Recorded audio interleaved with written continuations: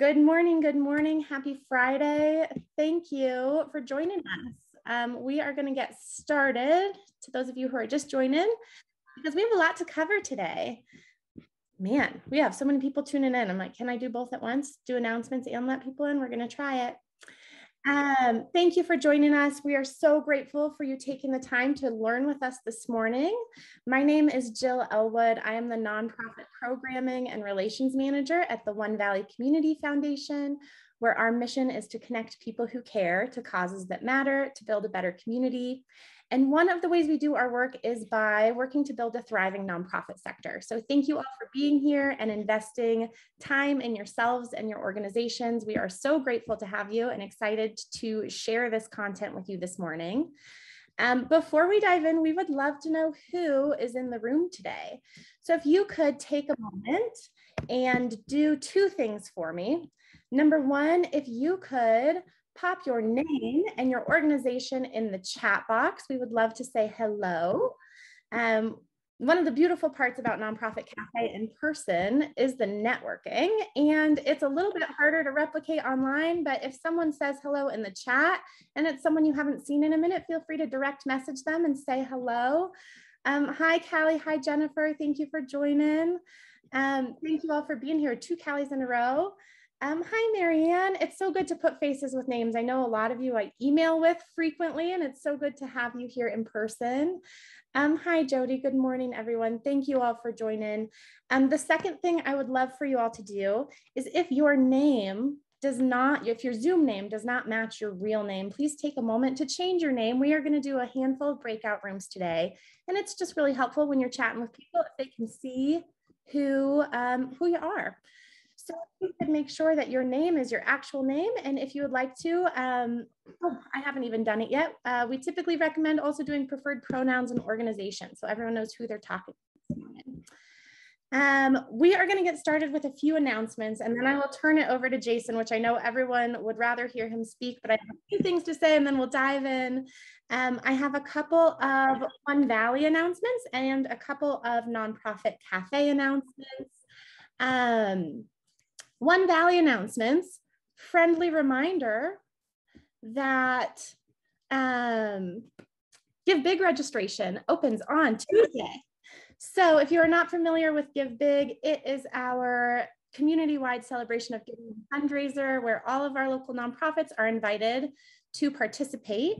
So please mark your calendars for Tuesday. We would love to have everyone register a little bit sooner rather than later, so my team and I don't have to call and heckle you. So Tuesday, Give Big registration opens. The second very exciting announcement is that earlier this week, the Gallatin County Commission voted to provide $500,000 to the One Valley Community Foundation to grant out to Gallatin County nonprofits from the COVID ARPA funds. So we are hoping to get that grant application open in March. But mark your calendars and kind of keep an eye out for announcements in our newsletter and on Nonprofit Cafe, because the goal of that is to get the funding out to all of you. So those are our One Valley announcements. Our Nonprofit Cafe announcements. First and foremost, I want to thank everyone for pivoting to be online today. I know the plan was to be in person, so thank you for your flexibility. We are very grateful. Second announcement, I just want to take a moment to thank our sponsors, First Security Bank, the Bozeman Public Library Foundation, and Rockford Coffee for making this program possible. And my third announcement is just some Zoom room best practices, although I'm sure most of you are very well practiced in this at this point. If you could, please keep yourself muted when we're not in breakout rooms, or if you're not asking a question, the mute button is in the bottom left-hand corner. The chat button is kind of in the middle on the bottom of your screen, but if you could keep yourselves muted unless you're chatting, and be ready to turn your videos on for our breakout rooms. It's always nicer to see who you're chatting with when you can see their faces. So we are going to go ahead and introduce our speaker today, Jason Smith, who I am absolutely thrilled to have joining us today and introduce. Jason is the type of person where when I told everyone we were going to get him for Nonprofit Cafe, people said one of two things. They either said, oh, I love Jason, or they said, oh, we're getting the Jason Smith, because his reputation precedes him in the very best way possible. He is one the most experienced and successful fundraisers in our community. Jason has played leadership roles in high-impact, mission-driven organizations throughout the US and around the world. He is president and founding partner at Stillwater Strategy Partners, a boutique consulting practice that helps innovative clients strengthen their fundraising, business development, communications, and governance programs.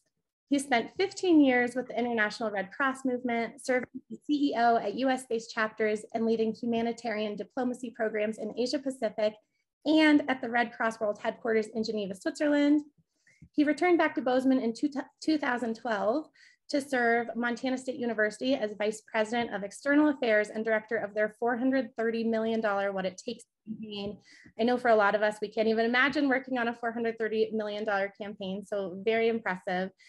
And then prior to founding Stillwater Strategy Partners, he served for 7 years as the Chief Advancement Officer for Bozeman Health and the Bozeman Health Foundation. He is involved in so many aspects of our community and has been so generous to host Jason, this is your third session with One Valley in about 6 months. So we are always grateful to bring his knowledge and expertise to the community, but we are in for a treat today. He has absolutely transformed so many organizations, and I know he's personally working with us and has absolutely transformed my own approach to philanthropy. So I'm excited for him to do the same for you. And with that, I will turn it over to Jason. Well, Jill, thank you very much. Can folks hear me okay? Great. Jill, you're far too kind in that introduction. Certainly grateful to you and the entire team at One Valley Community Foundation, not only for pulling us together this morning, but for being adaptable in the way that you have stayed true to your mission, and also for the opportunity that you and your team have afforded me to support you in extending and expanding your mission. We're going to dive into the agenda relatively quickly, but I just wanted to give a couple of quick shout outs. First, obviously, to the sponsors that help make programs like this possible. We couldn't do it without them. So huge thanks to those who may be on the line. Second, really thrilled to actually have representatives from several of my amazing local clients online. In addition to One Valley, we've got folks from Crosscut Mountain Sports Center, from Gallatin Ice Foundation, from Cody Dira Foundation, and those on the line know who you are and how much I love serving with you. So thanks for giving me the opportunity to be your partner and for spending a little extra time with us this morning. I'm going to attempt to share my screen. I hope that folks will be able to see this. Maybe give me a thumbs up if you can. Great, perfect. So our time this morning is anchored into what, for lack of a better term, I tend to refer to as transformative philanthropy. Philanthropy as a sector is changing, but when we think about major and principal giving and we think about the vital role that incredibly generous donors provide in our work, what inspires them more than anything is this notion of transforming the world around us, transforming organizations and causes that they care about. We are going to spend a bit of time this morning in breakout groups.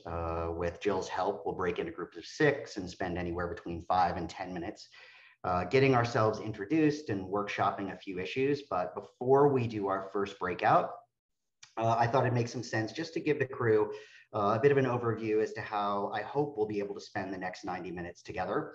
At the same time, I'll offer that while we do have breakout groups, if folks do have questions that they'd like to jump in with at any time, drop those questions into the chat box. Jill is monitoring that chat window, and she'll do her best to help me hit the pause button and make sure that we can recognize those who want to jump in. And since we're not able to do large-scale full group introductions, if you do jump in and have the opportunity to ask a question, be prepared to let the group know who you are and who you represent, right? So our agenda. We're going to spend a little time doing self-introductions and reflecting a bit on our intentions for the time together. We're going to spend a little bit of time in philanthropy definitions and fundamentals. Those who've worked with me through training sessions like this know that I love to ground us in a collective understanding of some of the basics around fundraising today. We're going to key into one of the most important dimensions of transformative fundraising and major gifts work, which really is the story that we tell. We're going to spend some time anchored into the case for support. And to help us move our individual narratives forward, we're going to do an exercise that I like to call the $1 million question. So I hope you came ready to play. We're then going to talk a little bit about the framework for campaigning. And you'll note that I underlined the C, because folks tend to think when we use the term campaign that we have to imagine multi-million, if not billion-dollar enterprise. And the reality is there are commonalities to large-scale campaigns that make their way successfully even into micro campaigns that may last no longer than 30 days. And we're going to talk about how that can help to influence and positively impact fundraising. One of the most common questions I get asked, one of the things that I frankly still struggle with, despite having been in this amazing work for almost 25 years now, is what really happens when the rubber meets the road. We understand that great organizations differentiate themselves by having the courage to ask donors for support. How do we really do that? And there's no perfect answer to that question, but I thought for the purposes of our time together today, I would share with you what me and many of my colleagues have learned works well for us.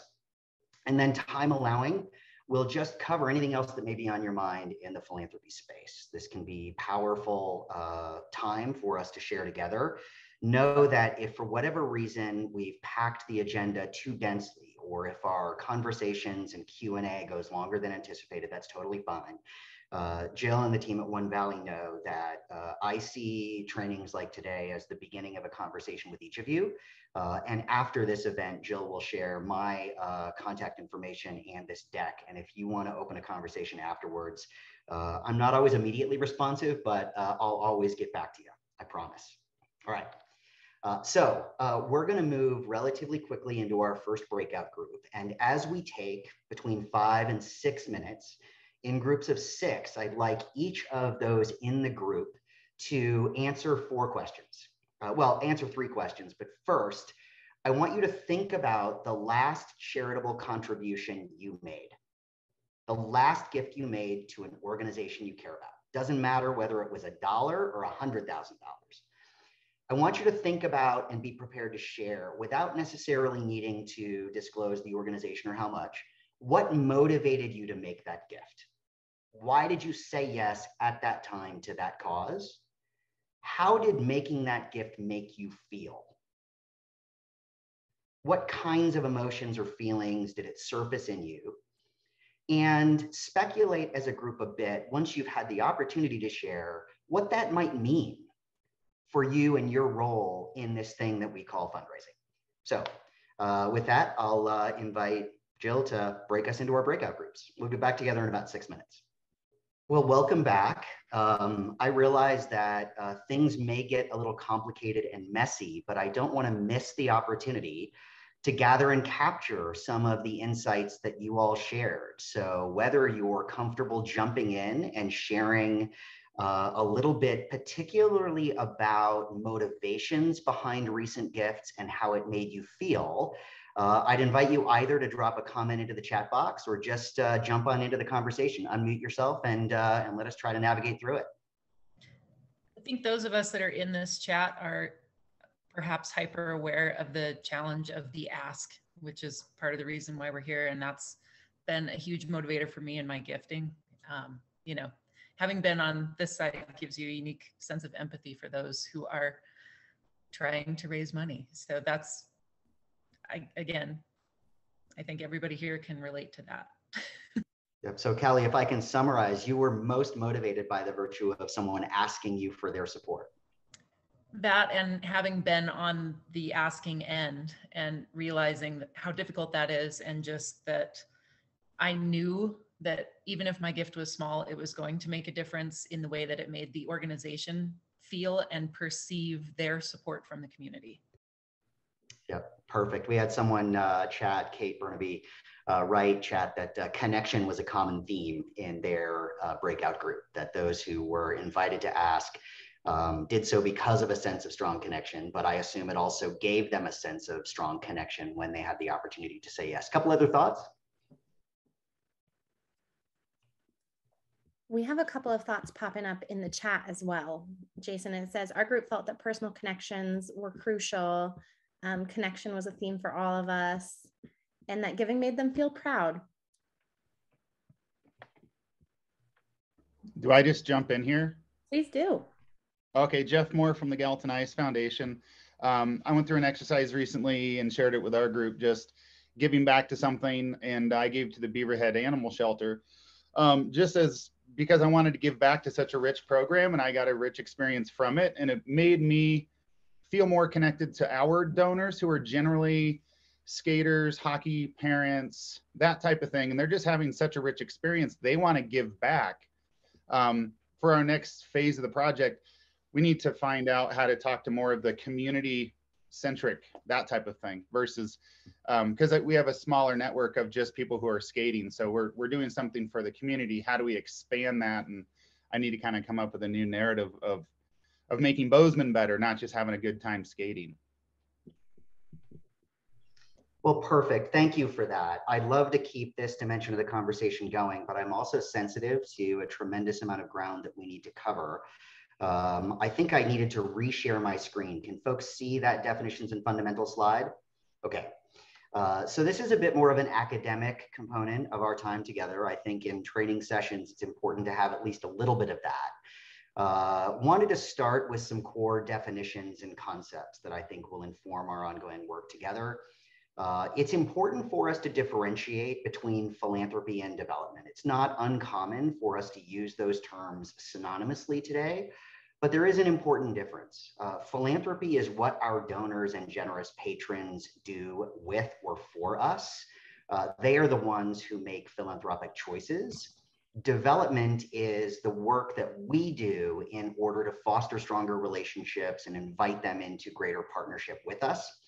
A fundraising program is the nuts, the bolts, the behind the scenes work that we do to, as we'll talk about later, identify, assess, cultivate, solicit, and steward those who we hope will support us in our mission. And then, because I think it's important to our conversation today, maybe worthwhile to define at a macro level, but then for ourselves, what we mean when we talk about a major gift. And this can and should be a bit different in all organizations.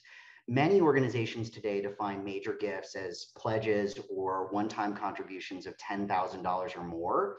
But for the purposes of your own organization, if you're in a different place, you might think about it as the top 25% of your existing and hoped for donor base. All right, whatever the case, it's the upper end of your giving pyramid. And for those who are inclined toward the science and the research in and around fundraising, we will share this deck with you. CFRE, the nation's leading credentialing organization for fundraising professionals, has a great resource available to them that you can access via this link. And so, consistent with my belief that academics matter, I thought we'd start our time this morning with a quiz. Some of you may have seen or taken this before. I want to invite you to drop answers into the chat box. 4 questions with a couple of sub-notes to them. First, what was the total value of charitable contributions to all organizations across the United States in 2020?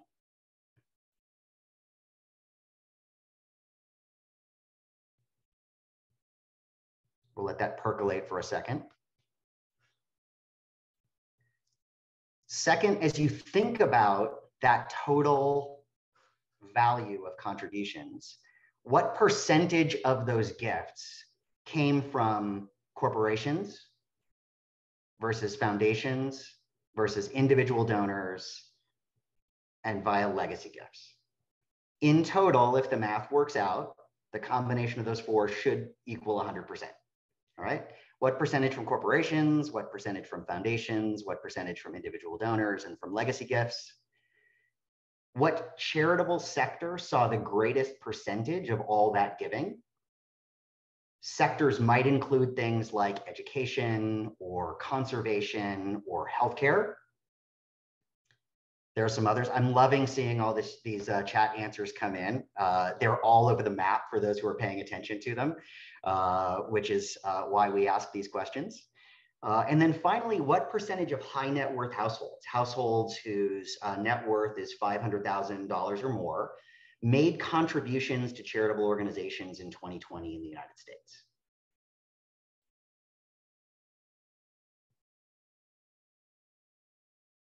All All right, we're going to roll into the answers straight away, which hopefully will set our focus on major gifts in some context.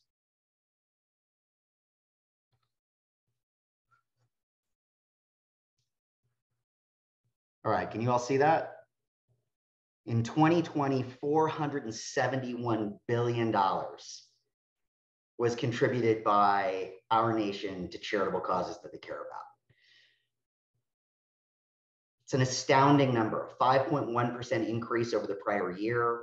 And let's remember that 2020 was a year defined and dominated by all the stresses and challenges of COVID-19. When you might have anticipated a pullback in generosity, we actually saw it grow in transformative ways. The percentages break down as follows: 3%, just 3% from corporations.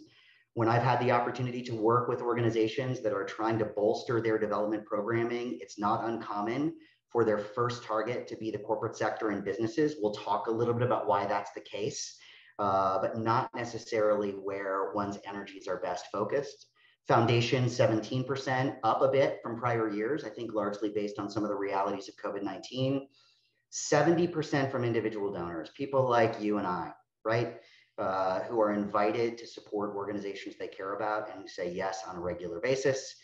Legacy gifts, about 10%. We're going to see that continue to climb as trillions of dollars begin to transition from one generation to the next over the course of the next 10 years. So for those organizations that have the ability to begin doubling down on their focus on planned giving, charitable estate giving, now is not a bad time to start planning.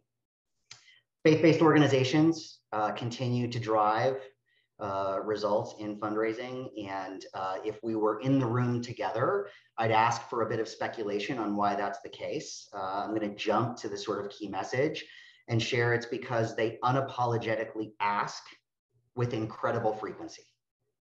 And they're proud to do so. It's part of their culture. Most faith-based organizations, churches, have an annual approach to fundraising. They invite tithing and ongoing support from their members. And then in a very public and communal way, they ask attendees to give every single Sunday. So for those who might worry a little bit about that third direct mail appeal or that additional second donor outreach, sending your constituents sideways, I would suggest there's data to suggest that we've not yet hit the saturation point. And then about 90% of high net worth American households made contributions to organizations that they cared about. That sets the United States in a league of its own globally. Many reasons behind why in the United States we have a stronger national culture of philanthropy. But of some interest, the two nations that fall in behind the United States include the UK and then South Korea. So give that some thought. All right. So we're going to shift to a very quick reference point to what I like to refer to as the donor lifespan pyramid. Healthy organizations that grow over time, that have the ability to raise significant support, tend to have well diversified their donor base. They recognize that they need to be bringing new supporters in at whatever level's right for them at the annual giving level. They do that through things like digital outreach, direct mail, recurring giving. Growing organizations have embraced the importance of middle and affinity giving programs, often targeting those donors of between $1,000 a year and $9,999 a year. Affinity giving programs often have names associated to them. They create a sense of belonging for the people who join them. They're very appealing to people who may have joined the organization at a lower level and are looking for that first step forward in that relationship. And we're finding that affinity giving programs, named programs with even very light sort of benefits of admission are appealing to that younger generation of donors who today are looking for a sense of active participation and leadership. We then move into principal and major giving. An important, I think, differentiator between annual and middle giving and major and principal giving is that those who make major and principal gifts tend to do so from existing assets when they reflect on what they're invited to do by an organization, or they're thinking about doing for a cause they care about, they're not thinking about their next paycheck or their annual income and whether they can afford it. They're looking at their existing base of assets and resources and wondering if there's something there that has accumulated in a way that affords them the freedom and flexibility to be as generous as they'd like to be. And then obviously, if we've done great work in cultivating trusting relationships and really moving people along with us, we have opportunities to engage in very transformative conversations about the legacy that our supporters want to leave once their time with us is done. Those are wonderful conversations to have. And as I shared, if your organization is not yet engaging in planning or doing creative work in legacy and estate giving, I think now is an important time for you to be looking at what that might mean for the future.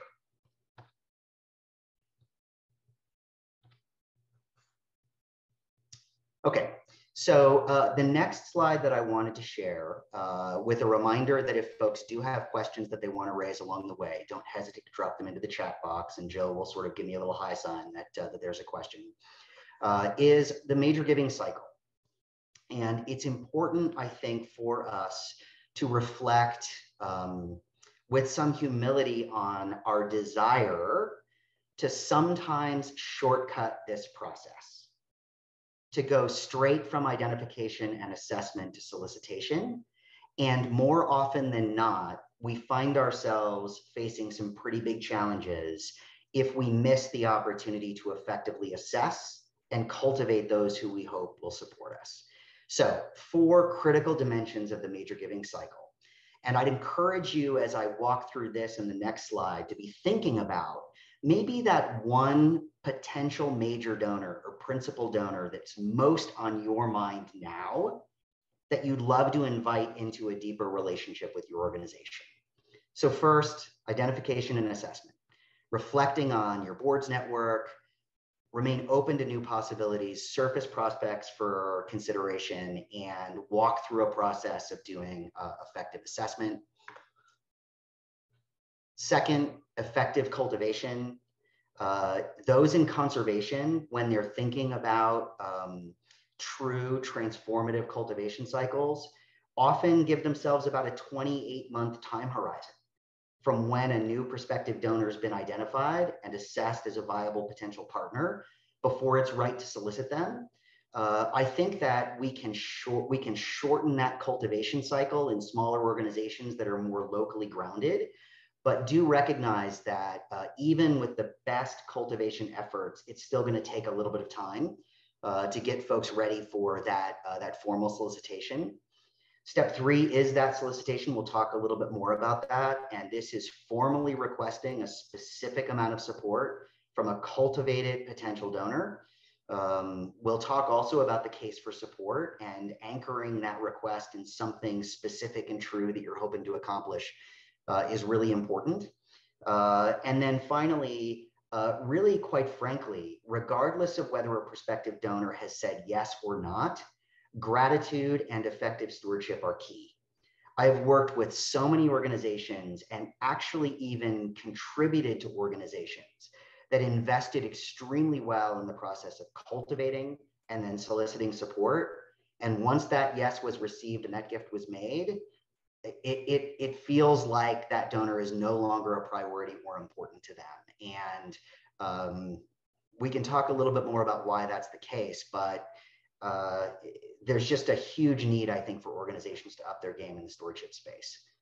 Jill, it looks like a question came in from Flora McCormick. Let me read that real quick, and then I'll come back. So, what do you recommend as a resource in the financial field to help people assess their ability to give from their assets? So, Flora, if I understand your question correctly, this would be a tool available to a potential donor to help them determine what they ought to be thinking about giving away. Nothing magic comes to mind straight away, but I would hope that most in the high net worth category would have a team that might include their financial advisor and their accountant, who, if you can, ping them around from a tax advantage standpoint, what ought we be thinking about giving away on an annual basis or on episodic basis to something we really care about. And then a financial advisor who can provide advice and counsel around appreciated assets or a particular pool of stock resources to sell might be one answer to that question. So thanks for jumping in. All right. So I think Flora will come back to that, this notion of financial advisors locally that seem to specialize in this. There are certainly a few who come to mind. I think if folks want to jump in and respond via text with recommendations around financial advisors that have been particularly supportive of philanthropy, don't hesitate to jump in, either texting Flora directly or the group as a whole. I just don't want us to end up as a sort of financial advisory service advertising forum, as wonderful as those folks are. So identification and assessment, cultivation, solicitation, followed by stewardship. And then let's talk a little bit about how we can identify and assess. One of the things that I have found pretty consistently in my work supporting organizations, and certainly experienced in the fundraising work that I've had the opportunity to do, is that time is precious, and that our ability to focus our efforts and energies can have a huge and positive impact. And at the same time, there's often a tendency to focus our individual and collective time and energy, perhaps on those prospective or potential donors who are least likely down the line to support us in our work. And so it begs the question, how do we know where to focus our time? And one of the tools that we've found helpful is assessing through this sort of three-dimensional lens. First is affinity to your cause. Second is capacity to give. And third is what, for lack of a better term, we refer to as philanthropic DNA. Let me walk back and talk a little bit about each of those. Affinity is really about how well a potential prospective supporter knows, has benefited from, or loves your organization.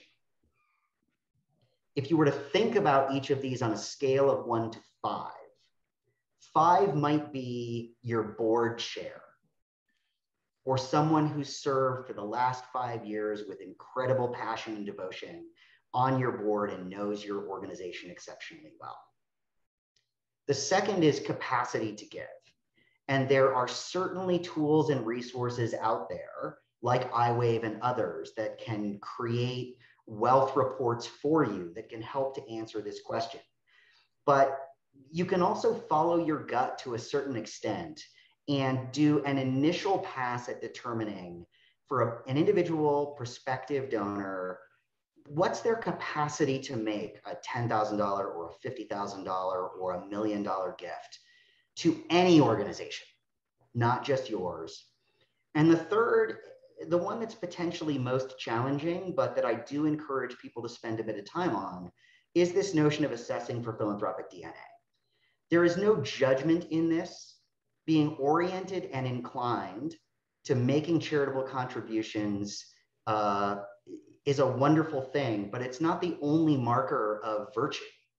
There are individuals with passionate causes that they care about, with significant capacity, who choose instead to invest their resources in entrepreneurial enterprise or creating new businesses, or they may have family concerns or family priorities that rise to the surface.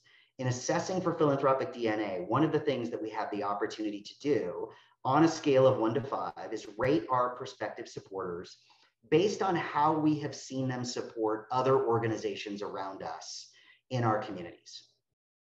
So to get a little bit more granular here, if you were to use a 1 to 5 rating scale on each of these dimensions, you can imagine a list of 10 to 15 to 20 to 100 potential prospects. If you walk through a relatively simple exercise of assessing first for affinity, with 1 being they really don't know us at all, and 5 being they chair our board. For capacity, with 1 being, you know, my sense is they're probably struggling a little bit, to 5 being, wow, they could easily make a 7-figure contribution. I see them do it all the time. and philanthropic DNA really being about how frequently are we seeing them provide generous support, you can help to focus your time, because in looking at, for example, a list of 25 to 30 prospective supporters, you're going to have a handful of them that are going to ultimately total across those three dimensions 11, 12, 13, 14, 15. And you're going to have a bunch that are going to total 6, 7, 8, 9. And you know, with that as a context, where to focus your energy. Now, if we flip the equation for a second and we ask, what is it that our prospective donors are expecting of us, asking of us as organizations and causes? There are really four things that we found consistently make their way to our potential donors' top of mind. One, is there a trust-based relationship? Do I either trust the organization and what they do, or, to some of the feedback that we saw on the heels of our opening exercise, do I trust the individual who is representing that organization in conversation with me? Second is a case for support, a clear, concise, documented, written down sense of how your organization and your priority or priorities are going to shape a different and better world, is a huge differentiator. Third is a plan. Does this organization have the ability, and am I confident in the tactics that they're going to pursue to raise the money that they need and then do what it is they say they need to do with my support? And fourth, and this is one of the great differentiators in my experience, courage. Do they have the courage to sit with me and in a real, authentic, and appropriate way, tell me what it is they hope I will do, and ask me to support them in their work? We heard from a number of folks in the initial exercise that they were directly motivated by the virtue of someone having asked them for their support. And it's the number one driver of success. Let me pause there before moving to this next section and ask for your questions, your feedback, and I just invite people to jump in.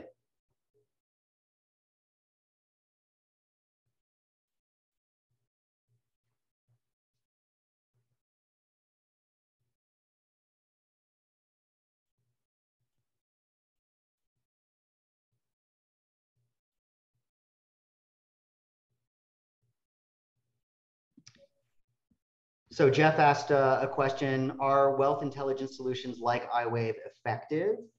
It's a great question. For those who have used them in the past, you know that they can provide a good amount of information around an individual's asset base, and sometimes good information about their giving history and their priorities, but they are only one contributor to our ability to assess an individual donor's ability, willingness to give to us and our organization. I think that iWave solutions, the reports that are generated, need to be a piece, or can be a piece of the puzzle, but they need to be balanced by other dimensions as well. Kelly Meredith, thanks for jumping in. She says, I like that framework and think an important part of the plan is a clear understanding of how I as a donor can be part of the solution. Absolutely. I think that invitation to help us move the bar is absolutely key. Okay, any other thoughts before we move to the $1 million question?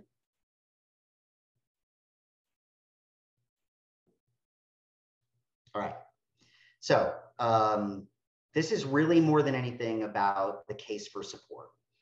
And I'm going to tee this up, and then we're going to do 10 minutes of breakout group, where I'm going to ask those who are joining us today to dig in and share their current organization's greatest intention, ambition, and to whatever extent it exists today, what you would describe as your case for support, knowing that there's no organization that's got this perfect and it's not a test. But what should we be able to communicate? A case that makes the world around us a bit better, that shares an achievable vision, that conveys aspiration and ambition, that demonstrates a sense of urgency and clarity, and that answers the question that I think Kelly helped us anchor into: how can I help now? How can I help at this time? So case for support. Shares an achievable vision, conveys aspiration and ambition, demonstrates urgency and clarity, and answers the question, how can I as a donor help now? And the breakout questions there will take about 10 minutes, and look forward to coming back and hearing a little bit of thought. Thank you, Jason. Everyone, I popped the breakout question in the chat box as well. And, yep. And Jill, before you break people up, I do want to go just a little bit of a layer deeper. So this is the $1 million question. It's written there, but here's the scenario. I have the opportunity to make $1 million charitable contribution to a single organization. Came into a recent inheritance, need some of it to help send the kids to college, but the reality is I don't need it all, and I've got strong philanthropic DNA. You're on my list. I'm thinking about giving it to you. If I do, if I were to transfer $1 million within the next 30 days to your organization, what are the first 1 or 2 things that you would do with that new pool of resources to advance your mission? All right, so we'll take about 10 minutes with that. Look forward to connecting on the way back. Okay, can folks hear me? And screen is shared again. Okay. I had the opportunity to sit in with a fantastic group. Really want to express my gratitude for what they shared. One of the reasons that it's a joy for folks like me to invite folks like you to participate in an activity like that is because it allows us to adopt an abundance mindset. As so many of us lead our organizations and do such important work in advancing our missions and raising funds, we often do it from a place of scarcity, from a worry about how we're going to make it through the next week or the next month, or what the next year's budget cycle is going to look like. And sometimes it's really important to stay in that space and that lane too, because it creates its own sense of urgency and responsibility and accountability. But elevating a bit, taking some time to imagine the possible in an environment of relatively unlimited resources can allow your organization to dream in ways that point to what your emerging and evolving transformative case for support ought to look like. One of the things that we have learned and continue to see echoed again and again and again is that our most generous donors give to opportunity and possibility, so that they can feel a part of moving something forward, even if it is in relatively modest ways.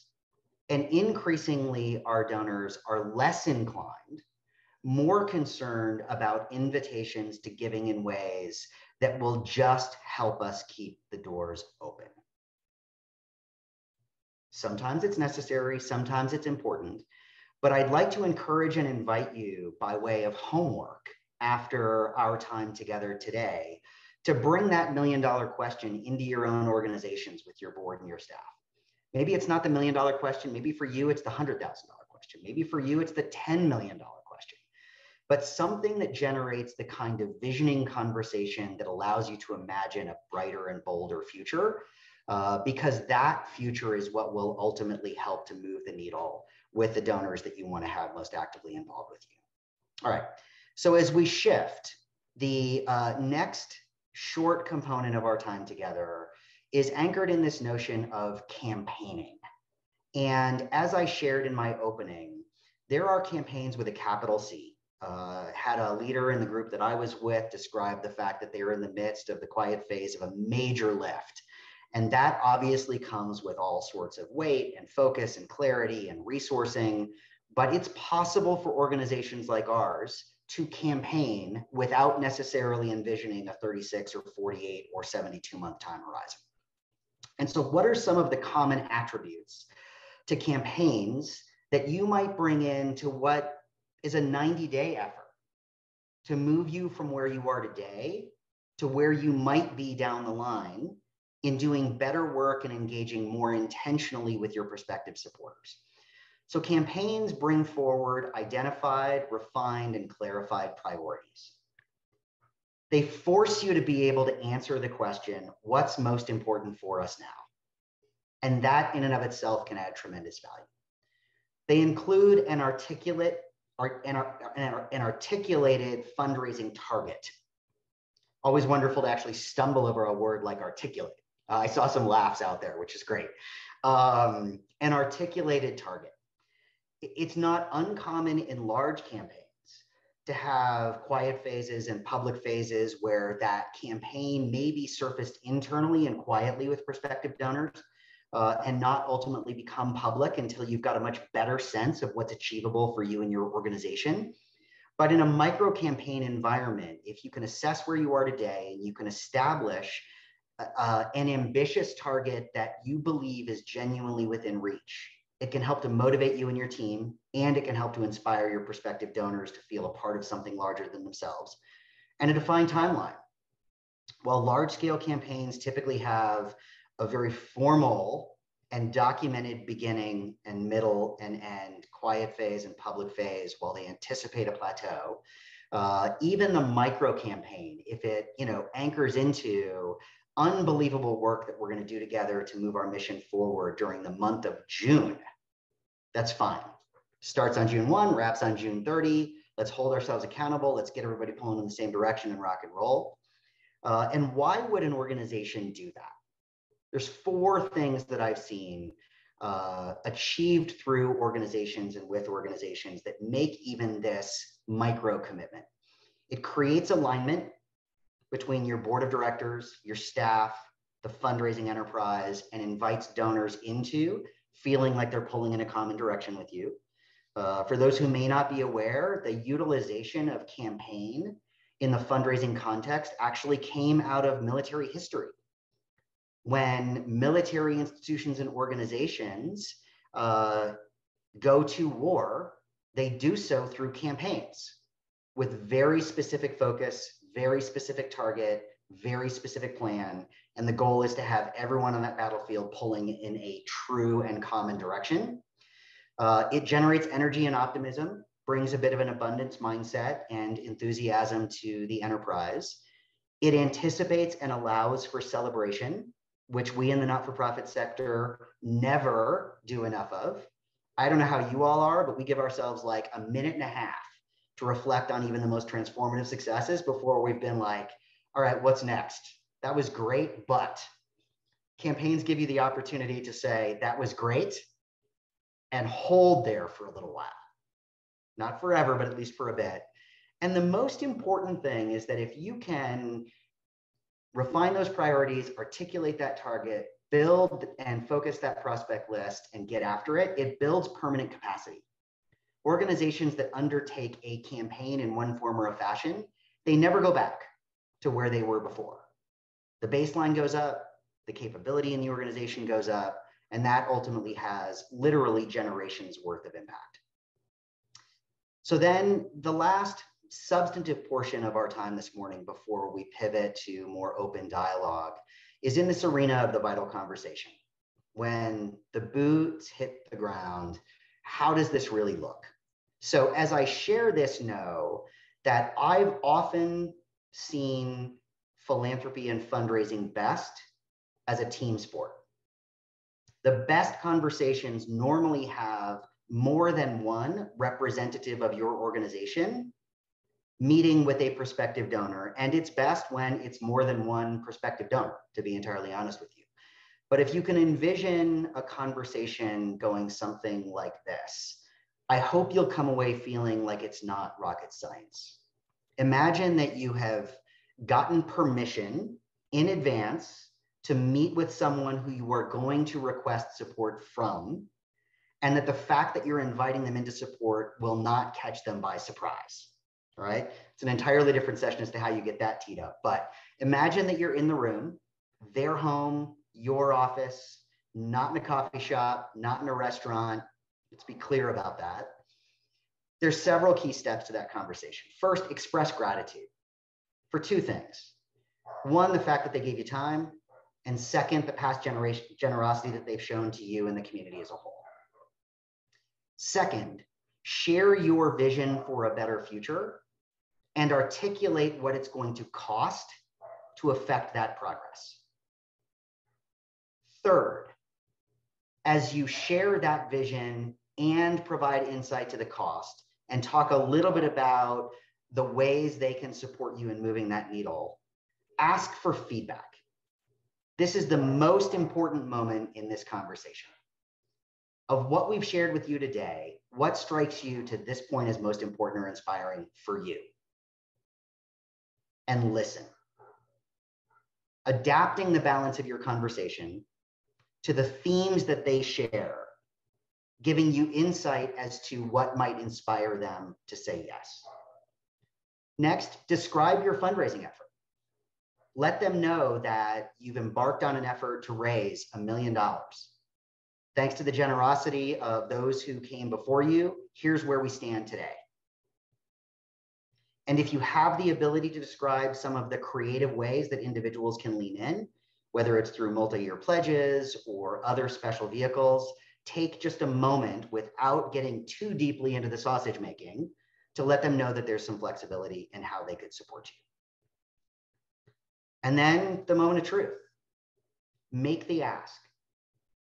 And there is no perfect language around how this happens, but I can share with you that while it still causes my stomach to turn after having done this for 25 years, while I still get incredibly nervous about it, the language that I have found most comfortable goes something like this. We're hoping you'll consider a gift of X over this pledge period. It's as simple as that.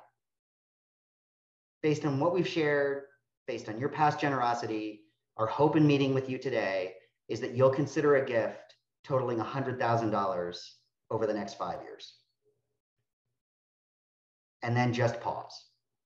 I can tell you story after story after story of having to kick my wonderful counterparts under the table who just can't sit in that silence and allow that prospective or potential donor to respond and react in whatever way feels right to them.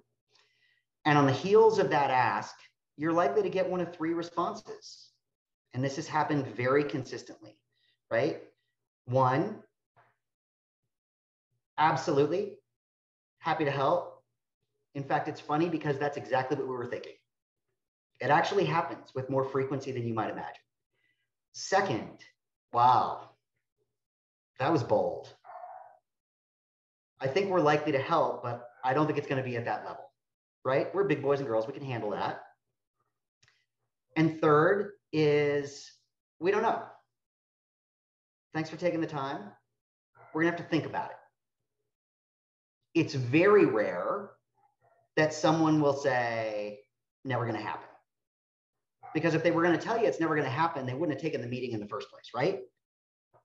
Regardless of the outcome of that conversation, there is only one acceptable response from the people who've joined you in the room, and that is, thank you so much.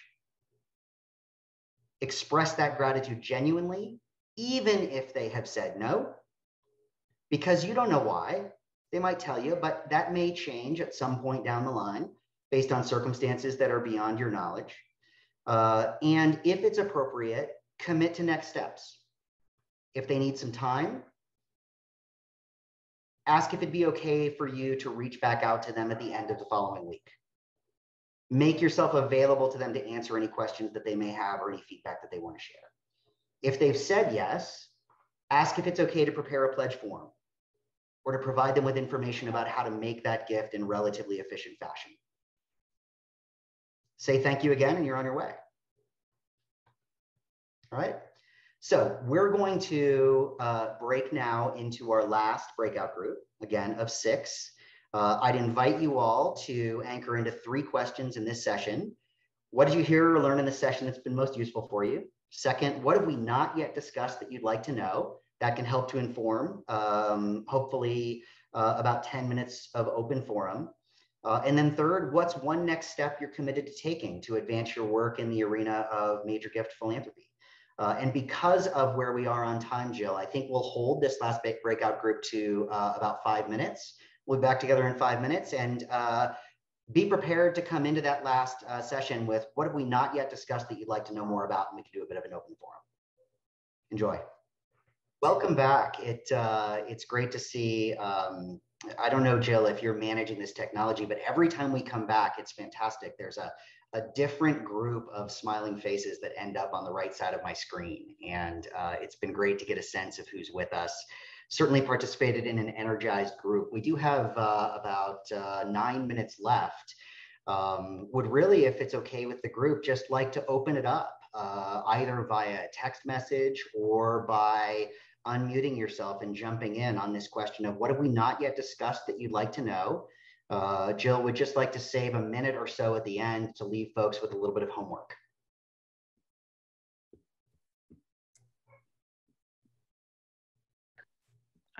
I have a quick question, if it's okay.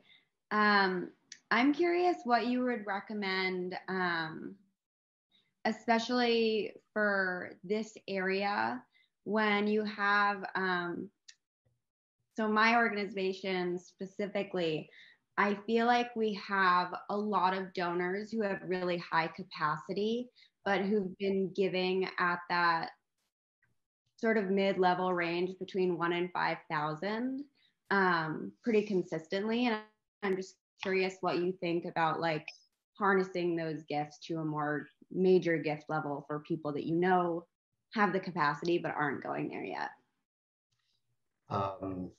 Yeah, happy to share a thought or two.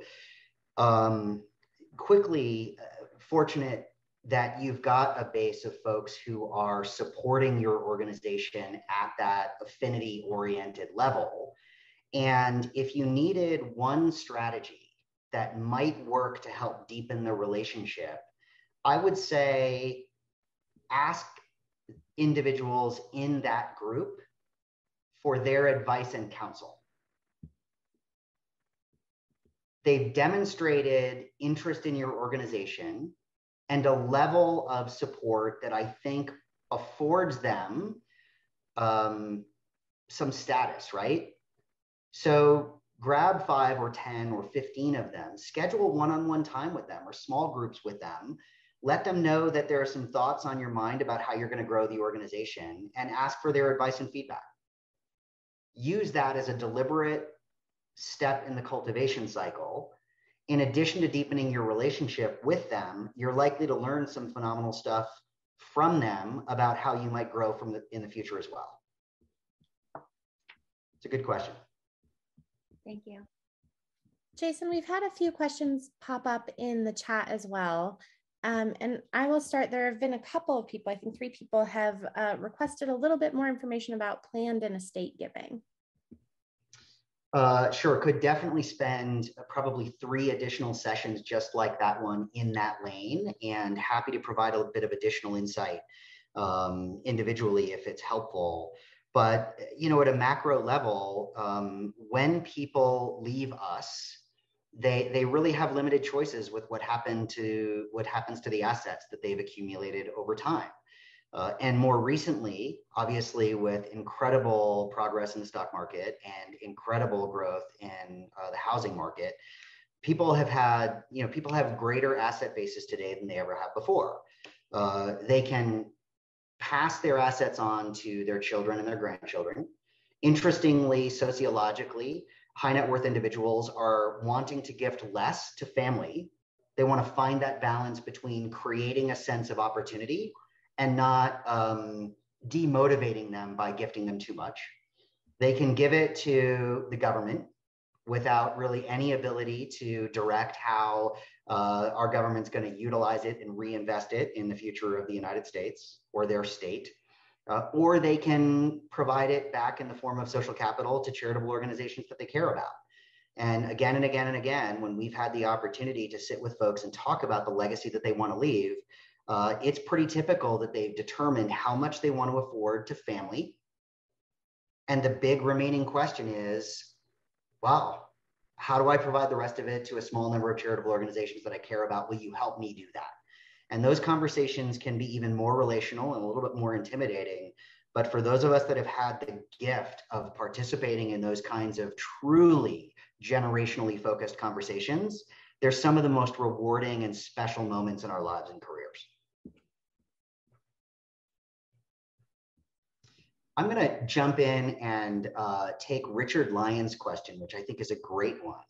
What if a prospect wants something that's contrary to our priorities or contrary to our values? This happens, and it happens, quite frankly, with greater frequency than we might imagine. So first and foremost, being crystal clear, or as clear as you can be, on what your organization's opportunities, priorities, and needs are absolutely helps you to hedge against the risk of someone coming forward and accidentally or deliberately wagging the dog from the tail, right? Second, as an organization, it's potentially important for you to be open to transformative gifts that might take you in a new or a different direction, but not to jump too quickly to say yes just because a donor might come forward with a gift that surprises you or pleases you or was beyond what you expected. There's no perfect solution to this, but I think at its root is a willingness and the courage to be able to say, we think we understand what you want to do. We're not the right organization for you right now. We're incredibly grateful.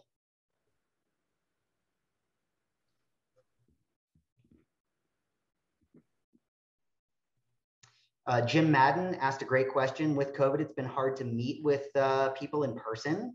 Any suggestions on what to do about this issue? Absolutely. I would say first and foremost, stay safe and be smart. Second, follow your donors' wishes and intentions every time. And third, stay in the game. Do not take your foot off the gas pedal. I will tell you that it's been amazing the extent to which I personally, the organizations I've served, have raised transformative support and increasing amounts of support via new technologies. It's not ideal, but I will tell you, these conversations go a heck of a lot better on a Zoom call than they do in a restaurant. If the hierarchy is their home, followed by your office, followed by anything else, Zoom's not far off the list, and it works incredibly well. And quite frankly, it allows us to extend our reach into donors that it might be impossible for us ever to get in front of face-to-face. And so keep an eye to that kind of opportunity.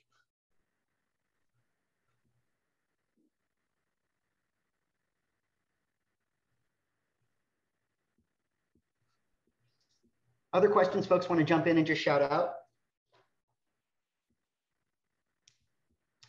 Okay, Tia asked a great question that is a perfect segue into your homework. She asked for creative ways to steward your donors. I'd like to encourage you to embrace this opportunity over the course of the next week as a way to bolster your organization's fundraising knowledge and capability, gain intelligence, and creatively steward donors. So first, I want to ask you to scan your recent contributors list. Doesn't matter the level, identify one donor, reach out to them via telephone. If you get voicemail, ask them to call you back. Share news of the impact of their recent generosity and thank them authentically. And take a moment to ask them this question. Why'd you choose to give to us? So many options out there, so many possibilities for you to make an impact. What motivated you to support this cause? Take notes, add those notes into your CRM system, but more than anything, anchor into the fact that people want to support you and your work. And our role, our power in philanthropy is to multiply the number of people that we give that great experience of being able to say yes. We're at our time. I'm going to turn it back to Jill. It's been an absolute gift. Jill will send this deck out. Don't hesitate to reach out to me personally afterwards. Happy to keep the conversations going.